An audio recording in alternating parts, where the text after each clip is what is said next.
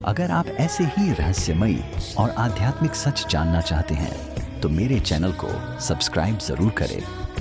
क्या आपने कभी सोचा है, जब किसी इंसान की मृत्यु हो जाती है तो क्या उसकी आत्मा सब कुछ देखती है? क्या वो अपने ही अंतिम संस्कार को देखती है?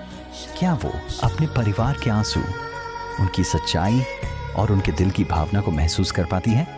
आज की ये कहानी आपको अंदर तक हिला देगी, क्योंकि ये सिर्फ एक कहानी नहीं बल्कि एक ऐसा सच है जो गरुड़ पुराण में बताया गया है।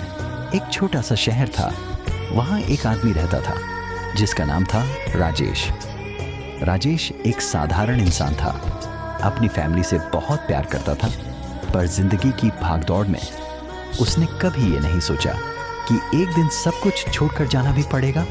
एक दिन अचानक राजेश को दिल का दौरा पड़ा और कुछ ही पलों में उसकी मृत्यु हो गई। घर में कोहराम मच गया, पत्नी रोने लगी, बच्चे टूट गए, लेकिन उसी समय कुछ ऐसा हुआ जो किसी ने नहीं देखा। राजेश की आत्मा उसके शरीर के पास खड़ी थी। वो सब कुछ देख रहा था, अपनी ही डेड बॉडी, अपने परिवार का रोना और खुद को बिल्कुल हेल्पलेस महसूस कर रहा था। वो चिल्लाना चाहता था, मैं यहाँ हूँ, मैं जिंदा हूँ, पर उसकी आवाज किसी तक नहीं पहुंच रही थी। राजेश की आत्मा धीरे धीरे समझने लगी कि अब वो इस दुनिया का हिस्सा नहीं रहा। उसने देखा कुछ लोग सच्चे दिल से रो रहे थे, पर कुछ लोग सिर्फ दिखावा कर रहे थे। कुछ रिश्तेदार फोन पर बात कर रहे थे, हंस रहे थे और कह रहे थे, चलो एक जिम्मेदारी खत्म हुई। ये सब देखकर राजेश की आत्मा अंदर से टूट गई। उसे समझ आया, जिस दुनिया के लिए मैं पूरी जिंदगी भागता रहा, वो दुनिया तो मुझे भूलने में भी देर नहीं करेगी। फिर समय आया अंतिम संस्कार का। राजेश की बॉडी को श्मशान ले जाया गया और उसकी आत्मा उनके पीछे पीछे चल रही थी। जब चिता जलाई गई तो राजेश की आत्मा जोर जोर से रोने लगी, ये मेरा शरीर है, मैं इसे छोड़ना नहीं चाहता, लेकिन अब सब कुछ खत्म हो चुका था। तभी अचानक दो यमदूत वहां प्रकट हुए।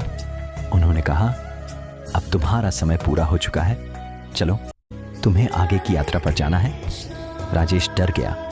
उसने पूछा, क्या मैं अपने परिवार के पास नहीं रह सकता?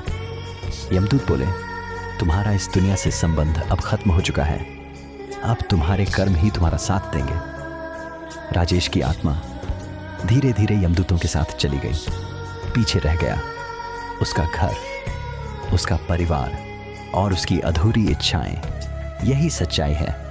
गरुड़ पुराण के अनुसार मृत्यु के बाद आत्मा कुछ समय तक सब कुछ देखती है, पर अंत में उसे अपने कर्मों के अनुसार आगे बढ़ना ही पड़ता है। तो दोस्तों, इस कहानी से हमें क्या सीख मिलती है?